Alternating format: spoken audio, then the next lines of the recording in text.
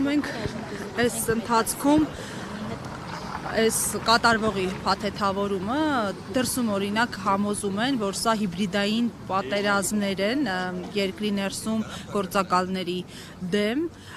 մեզ էլ այստեղ համոզում են գրեթե նույնը, որ բարեփոխում են, մաքրում են եկեղեցին եւ այլն կայսերապաշտական միտումներից։ Իրականում սա ինչ է։ Իրականում ես երևի թե առավոտյան գտել եմ ինձ համար դրա պատասխանը, որ ընդհանրապես ավազակները դիմացինին շտապում են ավազակ կարգել կամ հանցագործները դիմացինին հանցագործ կարգել, դրանով փորձել մեղմել իրենց հանցագործությունների չափը կամ իրենց մեղքի բաժինը։ Իրականում մենք այստեղ հողի վրա ապրում ենք ու շատ լավ տեսնում ենք ովքեր են իրական հանցագործները, որոնք տարբեր մեղքերի համար կարգում են մեղավորներ։ Օրինակ Արցախի հանձնման համար մեղավոր է Արցախի ժողովուրդը, հայ զինվորը, Արցախի ղեկավարությունը, Հայաստանում խնդիրների համար պատկերացնում եք մեղավոր են, ստացվում է, որ սրբազանները հոգևորականները, բայց իրականում այս մարդիկ լինելով բոլոր աղետների, խոսքս իշխանությունների մասին է, միակ պատասխանատուն կարողանում են այսօր այո մեր հասարակությանը ճնշել այս ձևով ու մեղավորներ կարգել։ Իրականում ամեն ինչ շատ ավելի պարզ է, քան մենք կարող ենք պատկերացնել, իսկ իրենք բնականաբար ավելի բարդ մեխանիզմներով փորձելու են այս ամեն ինչը խճճել։ Օրինակ դուք տեսեք սրբազաններին դատում են բոլորի վրա ինչ աբսուրդային հոդվածներ ըստ էության կպցնելով, կարելով ստեղծելով եւ մենք հերթով տեսնում ենք, ինչպես են այդ բոլոր հոդվածները ժամանակի ընթացքում փճվում, վերանում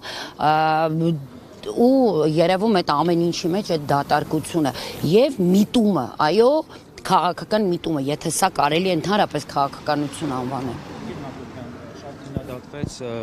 Բարսասյան հոգևորականների հանդիպումը 8 հոգևորականների հանդիպում Փաշինյանի հետ, որոնց թվում էր նաև Արցախի թեմի առաջնորդը։ Դուք ինչպես կմեկնաբանեք այդ հանդիպումը եւ արդյոք առիթ ունեցել եք զրուցելու, հանդիպելու թեմի առաջնորդի հետ Արցախ։ Ես առիթ նախ չեմ էլ փնտրել եւ մենք ընդհանրապես առիթ չենք փնտրել, որովհետեւ մենք հենց այդ պահից արդեն բոլորս առանց իրար հետ նույնիսկ շփվելու, խոսքս ժողովրդի մասին է, այստեղ քաղաքական գործունեությունը որևէ կապ չունի, մենք մեր մեջ բոլորս յուրաքանչյուրս մեր որոշումը կայացրեցինք եւ ստացվեց, որ բոլորս ունենք նույն որոշումը։ Այն է, այլևս մենք չենք ընկալում ու չենք ընդունում այդ անձին որպես Արցախի թեմի առաջնորդ։ Եվ ասեմ ձեզ, ըստ էության երևի թե օրինաչափ էր ավարտը իր պահվածքի, բայց մեզ համար այս ծայրահեղությունը անսպասելի էր, որովհետև չնայած այն հանգամանքին, որ մենք երբևէ չենք զգացել Վրդանես Սրբազանի առաջնորդությունը, եկեք չմոռանանք այդ անձը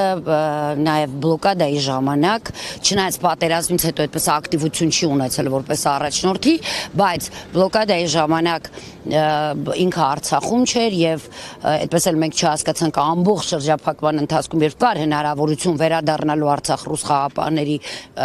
օգնությամբ չվերադարձավ, որտեղ էր ինչով էր զբաղված մեր համար անհայտ է, չենք էլ պարզել դա,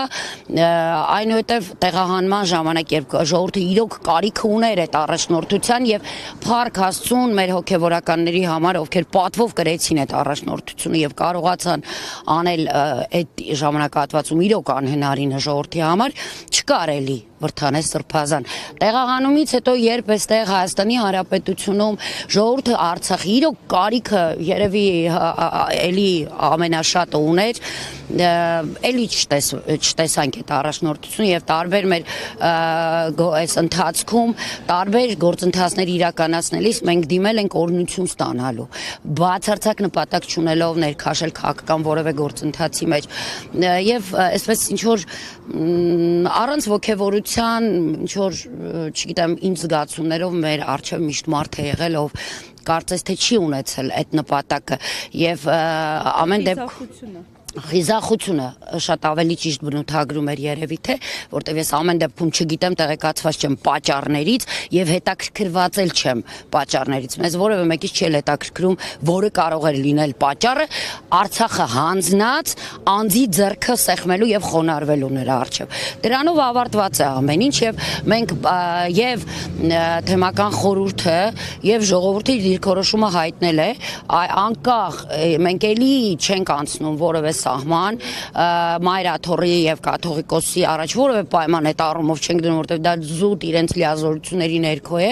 բայց մենք այդ անձի առաջնորդությունը այլևս որևէ կերպ չենք ընդունելու եւ ինքը չի առաջնորդելու մեզ։ Բայց ինչպես է բարձ, ասեցին ժողով է եղել, այդ ժողովից տեղեկություն չունեք, ինքը ինչպես է բարձաբանել։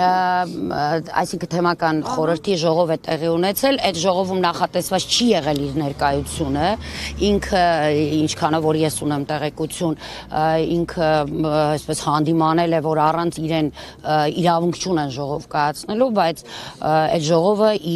ժողովին իր մասնակցության կարիքը չի եղել, որտեղ այդտեղ հենց խորհուրդը քննարկում էր ինչպիսի արձագանք պիտի տա նման պահվածքին եւ ի վերջո անկախ իր ներկայությունից թե բացակայությունից խորհուրդը որոշումը կայացրեց, խորհուրդը ժողովրդի դիրքորոշումը հայտնեց, որը կարծում եմ նաեւ կաթողիկոսը եւ մայրաթորը պիտի հաշվի առնի հետագա իրենց որոշումները կայացնելիս։ Շնորհակալություն։ Ես եմ